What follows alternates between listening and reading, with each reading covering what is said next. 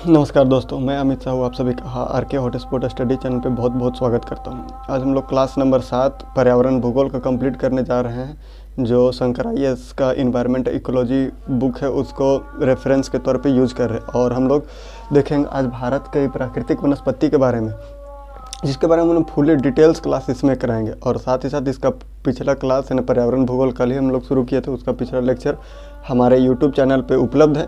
इसलिए आपसे निवेदन है कि चैनल को सब्सक्राइब कीजिए, बेल आइकन को प्रेस कीजिए और पिछला लेक्चर जो YouTube चैनल पे हमारा प्लेलिस्ट बना हुआ उसको ज़रूर देखिए और देखिएगा तभी ये लेक्चर समझ में आएगा।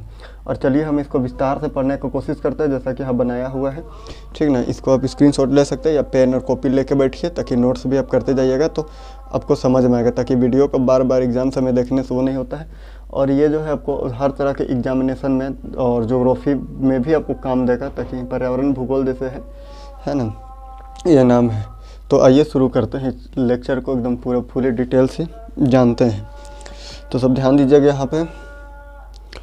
देखिए कल हम लोग क्लास जो किए है ना पर्यावरण भूगोल के बारे में देखे कि है ना जलवायु में तापमान और वर्षा की मात्रा किस प्रकार से है ना पर्यावरण को प्रभाव में डालता है ना। और जलवायु जैसे पर्यावरण भूगोल का हम लोग कल 4 घटक देखे थे, जिसमें जीव जंतु था, मृदा था, जलवायु था और प्राकृतिक वनस्पति थे।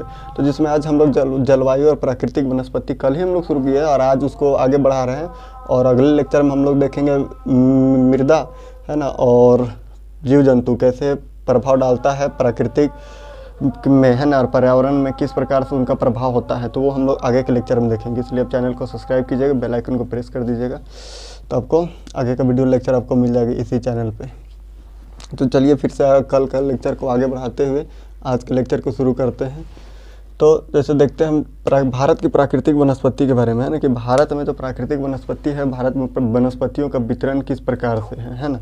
तो भारत में प्राकृतिक वनस्पति के वितरण जलवायु के फैक्टर पर निर्भर करता है। मतलब कि जलवायु है ना, कहाँ पे किस तरह की जलवायु मिलता है उसी प्रकार से भारत में वनस्पतियों का डिवाइडेशन होता है ना। कि भारत में जैसे अगर शीतोष्ण कटिबंधीय जलवायु हो तो उसमें शीतोष्ण कटिबंधीय वन मिलेगा, अगर उसमें अगर हिम आच्छादित क्षेत्र है तो उसमें आपको टुंड्रा वन मिलेगा। वैसे ही आपको मानसूनी जलवायु हो तो वहाँ पे सदाबहार वन मिलेगा, है ना। तो इस प्रकार है। तो ये देखते हैं यहाँ पे वर्षा की मात्रा और तापमान में देखते हैं। तो वर्षा की मात्रा पहले देखते हैं, है ना, एक एक करके देखेंगे, है ना।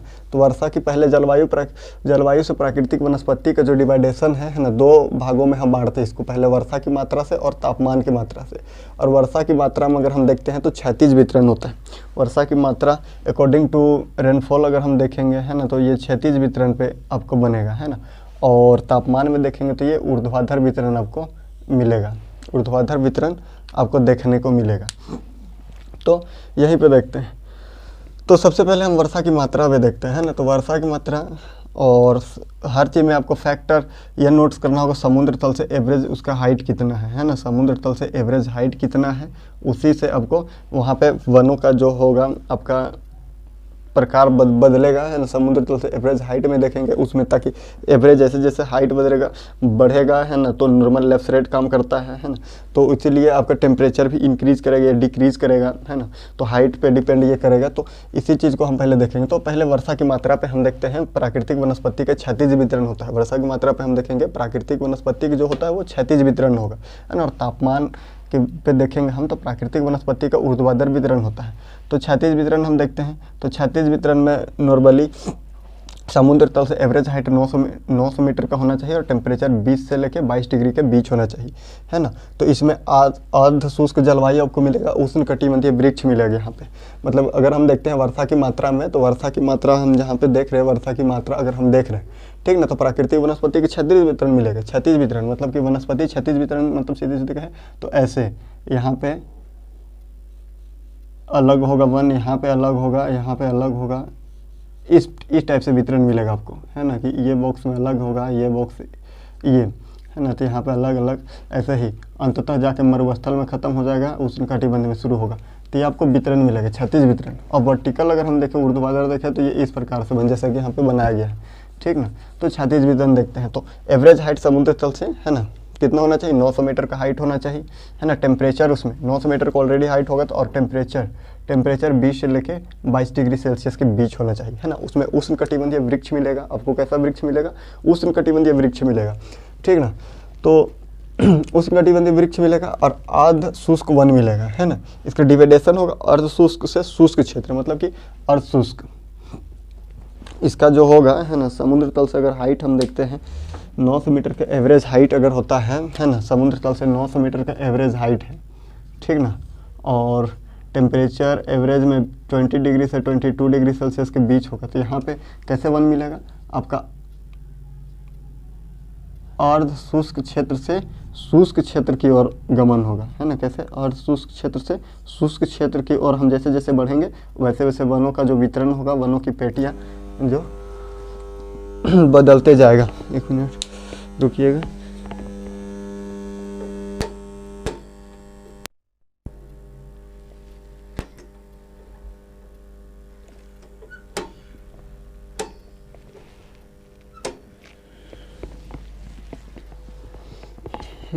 वनों की जो जैसे जैसे हम बढ़ेंगे अर्ध शुष्क क्षेत्र से शुष्क क्षेत्रों की ओर, तो वैसे वैसे वनों का जो वितरण होगा, है ना, उसका पेटी बदलते जाएगा। तो यहाँ पे देखते हैं कैसे कैसे वन बदलेगा। इसका हम पिछले लेक्चर में पूरे डिटेल से बता चुके हैं। यहाँ पर भी देखिए, जैसे देखिए सदाबहार वन मिलेगा सबसे पहले, है ना। आपको जहाँ पे सबसे ज़्यादा मानसून होगा, है ना, वहाँ पे कल बता चुके हैं, है ना। वर्षा की मात्रा किस प्रकार होगा, तो सदाबहार वन मिलेगा। अगर वर्षा की मात्रा आपका 200 सेंटीमीटर से अगर ऊपर वर्षा हो रहा है एनुअली, है ना, प्रति वर्ष अगर 200 सेंटीमीटर से ऊपर वर्षा हो रहा है तो वहाँ पे सदाबहार वन मिलेगा। उसमें महोगनी, कौन कौन से पेड़ वहाँ पे फेवरेट होगा, है ना, वृक्षों प्रकार को, महोगनी, है ना, महोगनी आपको स्पेशली वहाँ पे प्राप्त होगा। फिर से आपको 200 सेंटीमीटर से 250 सेंटीमीटर के बीच, है ना, 200 सेंटीमीटर से 250 सेंटीमीटर के बीच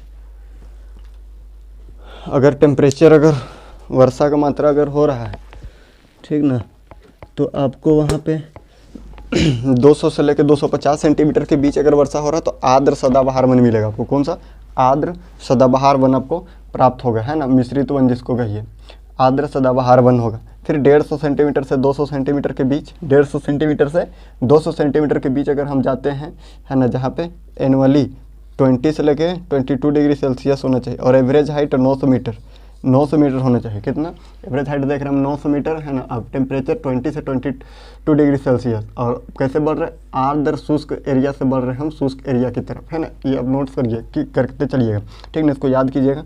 कभी सीक्वेंस मिलाने के लिए कोई भी एग्जाम में दे देता है, एसएससी रेलवे सब एग्जाम में सीक्वेंस मिलाने के लिए दे देता है कि 150 लेके जहाँ पे टेम्परेचर 22 से 20 मान के चलिए 22 डिग्री सेल्सियस है, 900 मीटर के एवरेज हाइट है ना, और 150 से 200 सेंटीमीटर एनुअली वर्षा होता है तो कौन सा वन मिलेगा, तो 150 से 200 एनुअली अगर जहाँ वर्षा होता है वहाँ पे आर्द्र पर्णपाती वन मिलता है आपको। यहाँ पे आपका साल और टीक, है ना, स्पेशली यहाँ पे मिलेगा आपका साल और टीक, है ना। और 100 से आपको 150 सेंटीमीटर के बीच में, है ना, एनुअली वार्षिक वर्षा होता है तो आपको शुष्क पर्णपाती वन मिलेगा, शुष्क पर्णपाती वन, है ना, जो आपका पत्ता है ना वो अब गिरा देता है, गर्मियों के मौसम में अपना पत्ता गिरा देता है ताकि वहाँ पे इवेपोरेशन, है ना, वाष्पीकरण ज़्यादा ना हो सके, है ना, इसलिए अपना पत्ता गिराता है ताकि वहाँ पे ज़्यादा गर्मी का एरिया होता है।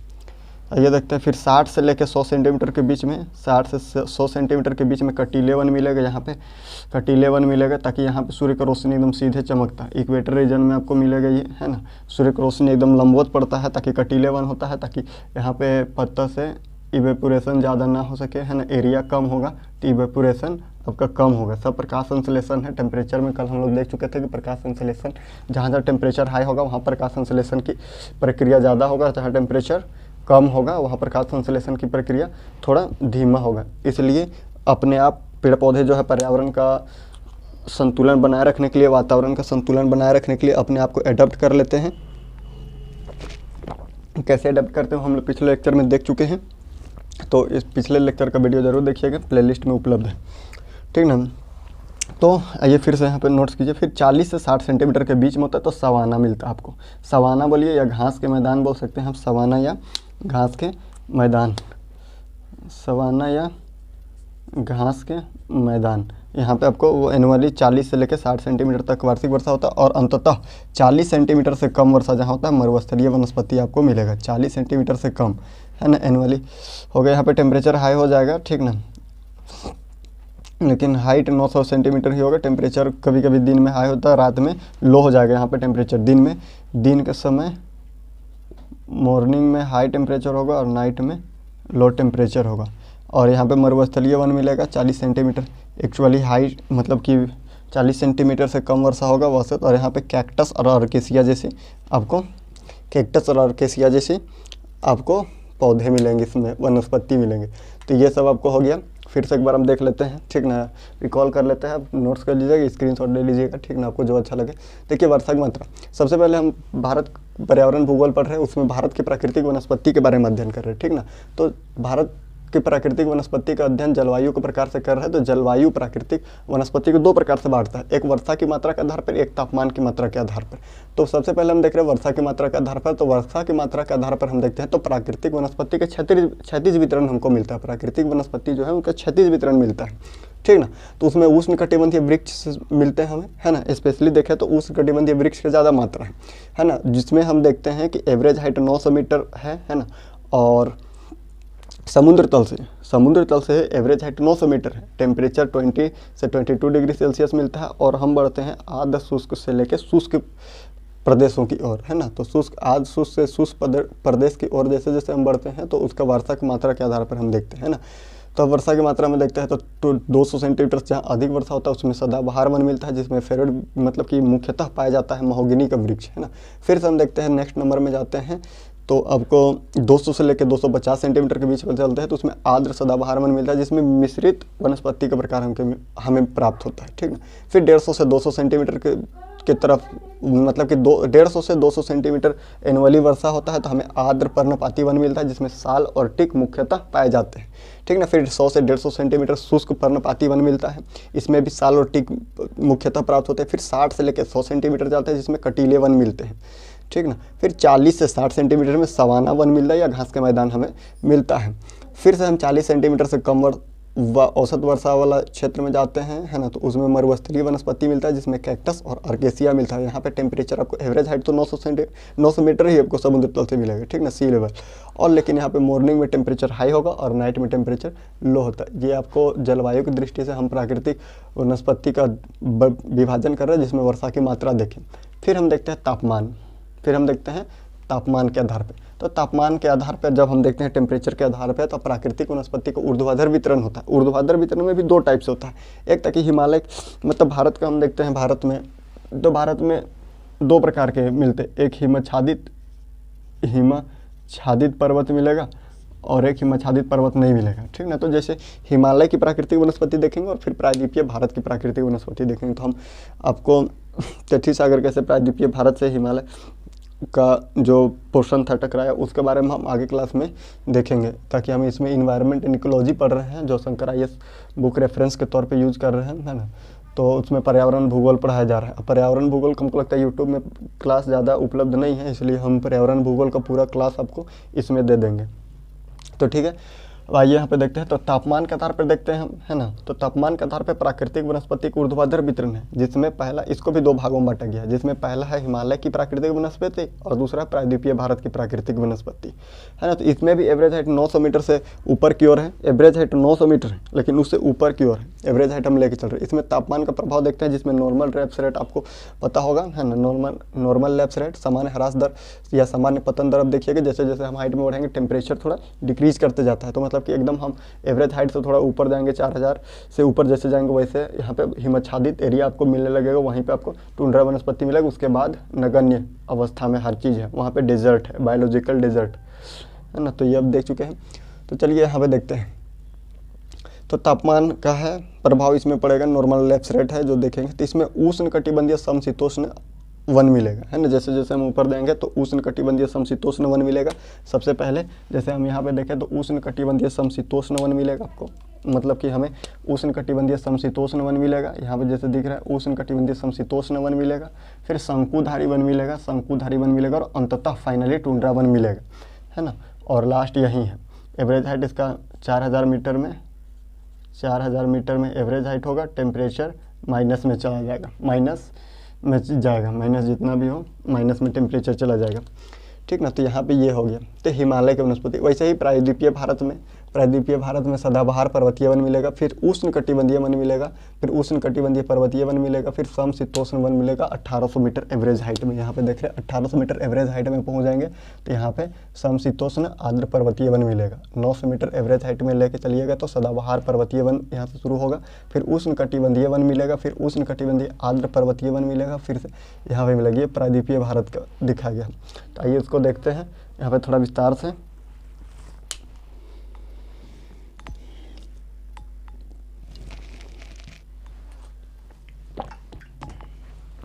तो देखिए यहाँ पे सबसे पहले हिमालय की प्राकृतिक वनस्पति के बारे में देखते हैं। तो हिमालय एवरेज हाइट 900 मीटर से नीचे हम देखते हैं तो उष्णकटिबंधीय में वन मिलेगा हिमालय का। उसके बाद सबसे ऊपर जाते हैं तो हिमाच्छादित सतह है, जिसमें कि आपको कुछ वहाँ पे नहीं मिलेगा, हिमाच्छादित है, पूरा बर्फ से ढका हुआ है, ठीक ना।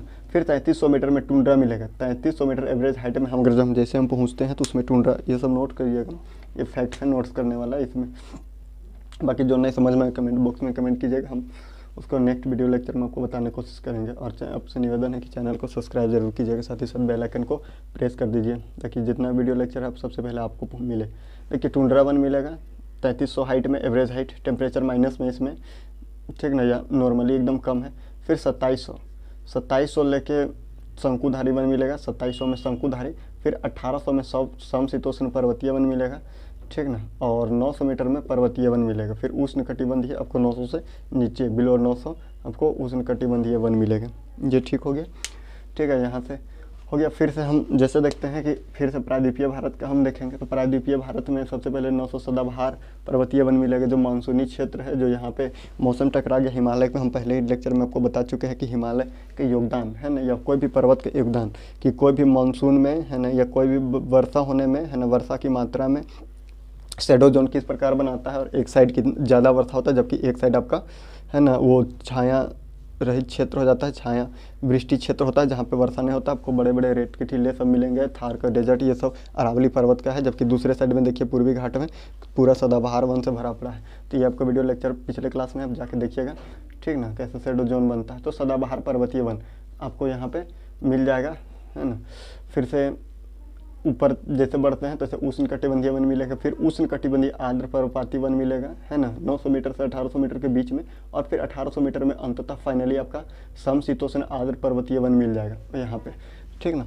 तो ये आपका क्षैतिज वितरण हो गया, है ना। हिमालय मतलब कि भारतीय प्राकृतिक वनस्पति के जलवायु किस प्रकार प्राकृतिक वनस्पति में आपका फैक्टर्स करता है, मतलब प्रभाव डालता है प्राकृतिक वनस्पति में, है ना। वर्षा की मात्रा, जलवायु में देखिए वर्षा की मात्रा और तापमान किस प्रकार वनों का वितरण में, है ना, ये सहायक होता है। इतना पर्यावरण भूगोल में हमको पढ़ना है। इससे बाद है ना कौन सा वन, कौन सा ये ज्योग्राफी का है, तो ये ज्योग्राफी में विस्तार से हम लोग पढ़ेंगे माजिद हुसैन सर का। इसमें इसके बाद हम लोग माजिद हुसैन सर का ही क्लास को इंडियन ज्योग्राफी और विश्व का भूगोल आपको पूरा पढ़ाने के इसी चैनल के माध्यम से, इसी चैनल प्लेटफॉर्म के माध्यम से आपको पूरा बताने की कोशिश करेंगे। इसलिए आपसे निवेदन कर रहे हैं कि चैनल को सब्सक्राइब कीजिएगा ताकि पूरा वीडियो लेक्चर यहाँ पे आपको मिलेगा। अगर जो भी समझ में नहीं आता है, कोई भी क्वेरी हो, आप कमेंट बॉक्स में नीचे कमेंट बॉक्स में कमेंट कर दीजिएगा, हम आपको पूरा डिटेल्स आपको बता देंगे नेक्स्ट वीडियो लेक्चर में। तो चलिए यहाँ पे देख लिए हम, है ना, कि पर्यावरण भूगोल का कल हम लोग जैसे पर्यावरण का 4 घटक था, जिसमें हम लोग का 2 अब छूट गया, एक जलवायु हो गया हम लोग का, है ना, और एक प्राकृतिक वनस्पति हो गया। तो जलवायु किस प्रकार फैक्टर करता है प्राकृतिक वनस्पति में, है ना, इसको देख लिए। अब प्राकृतिक वनस्पति में एक सॉइल देखेंगे और एक जीव जंतु देखेंगे। तो नेक्स्ट लेक्चर में दोनों को कंप्लीट करने की कोशिश करेंगे, सॉइल और जीव जंतु को, है ना। तो आज हम लोग देखें जलवायु किस प्रकार प्राकृतिक वनस्पति पर, है ना, कि प्रभाव पड़ता है, और भारत में प्राकृतिक वनस्पति का विभाजन, है ना, जलवायु और वर्षा की मात्रा। जलवायु मतलब कि देखें तो प्राकृतिक वनस्पति में प्रभाव देखें तो वर्षा की मात्रा और तापमान किस प्रकार से इफेक्ट डालता है, जिसमें प्राकृतिक वनस्पति की क्षैतिज वितरण और ऊर्ध्वाधर वितरण देखें, है ना। क्षैतिज वितरण में किस प्रकार, है ना, से वो अर्ध शुष्क से शुष्क क्षेत्र की ओर बढ़ते हैं, जिसमें सदाबहार से लेकर कटीला होते करते सवाना और सवाना अंततः मरुस्थल में जाके खत्म होता है। इसका हम लोग विस्तार से अध्ययन किए है ना। सघनता भी कम होता है, जैसे जैसे हम लोग सदाबहार वन से कटीला वन में जाएंगे तो डेंसिटी जो है फॉरेस्ट का वो कम होते जाएगा, फिर सवाना में जाएंगे तो कटीला से थोड़ा सा कम होगा, और अंततः मरुस्थल में जाएंगे तो एकदम डेंसिटी ना के बराबर हो जाएगा। उसी प्रकार हम लोग तापमान के आधार पर देखें तो प्राकृतिक वनस्पति के ऊर्ध्वाधर वितरण देखें, जिसमें हिमालय की प्राकृतिक वनस्पति देखें और दूसरा प्रायद्वीपीय भारत की प्राकृतिक वनस्पति देखें, जिसका भी एवरेज हाइट 900 मीटर से ऊपर है। तापमान का प्रभाव इसमें नॉर्मल लैप्स रेट यानी सामान्य ह्रास दर में जैसे जैसे हम टेम्परेचर ऊपर की ओर बढ़ते हैं तैसे तैसे टेम्परेचर कम होते जाता है। उसमें देखें जैसे इसमें आपको वितरण देखें हम वनस्पति के, तो उष्णकटिबंधीय समशीतोष्ण वन से होते हुए शंकुधारी वन गया, शंकुधारी वन से होते करते टुंड्रा वन की ओर गया, जो 4000 के मीटर में अंततः 4000 के मीटर में हिमच्छादित क्षेत्र मिला और वनस्पति नागन्य वहाँ पे मिलने लगा। इसी प्रकार हम लोग देखें वर्षा की मात्रा 250 सेंटीमीटर सदाबहार वन में बदलता है। 250 सेंटीमीटर जहाँ वर्षा होता है, जहाँ 200 से 250 सेंटीमीटर के बीच होता है आर्द्र सदाबहार वन मिलता है, जिसमें मिश्रित वनस्पति मिलते हैं। फिर 150 से लेकर 200 सेंटीमीटर वर्षा का क्षेत्र आर्द्र पर्णपाती वन में, जिसमें साल टीक का मात्रा महत्वपूर्ण है। फिर 100 से 150 सेंटीमीटर शुष्क पर्णपाती वन है, जिसमें भी साल और टीक मिलता है। फिर 60 से 100 सेंटीमीटर कंटीले वन, फिर 40 से 60 सेंटीमीटर में सवाना या घास के मैदान, और अंततः 40 से कम सेंटीमीटर औसत वर्षा होता है वहाँ मरुस्थलीय वन मिलता है, जिसमें कैक्टस और केसिया जैसे पौधे मतलब वनस्पति पाए जाते हैं। इस प्रकार से हम लोग आज का अध्ययन पूरा हो गया है, और कोई भी क्वेरी हो तो कमेंट बॉक्स में कमेंट कर दीजिएगा। फिर अगले लेक्चर में हम लोग सॉइल देखेंगे और जीव जंतु देखेंगे। उसके बाद पर्यावरण भूगोल का अगले कड़ी को हम लोग छूने की कोशिश करेंगे, और जो चीज़ नहीं समझ में आ रहा ठीक है कमेंट बॉक्स में कमेंट कीजिएगा। तो कैसा लगा लेक्चर? अगर लेक्चर अच्छा लगा तो शेयर भी कर दीजिएगा, ठीक ना। तो अगले लेक्चर में ज़रूर से बनिएगा, उपस्थित होइएगा। जितना लोग देख रहे हैं कम से कम उतना लोग तो ज़रूर आइएगा, ठीक ना। चलिए धन्यवाद।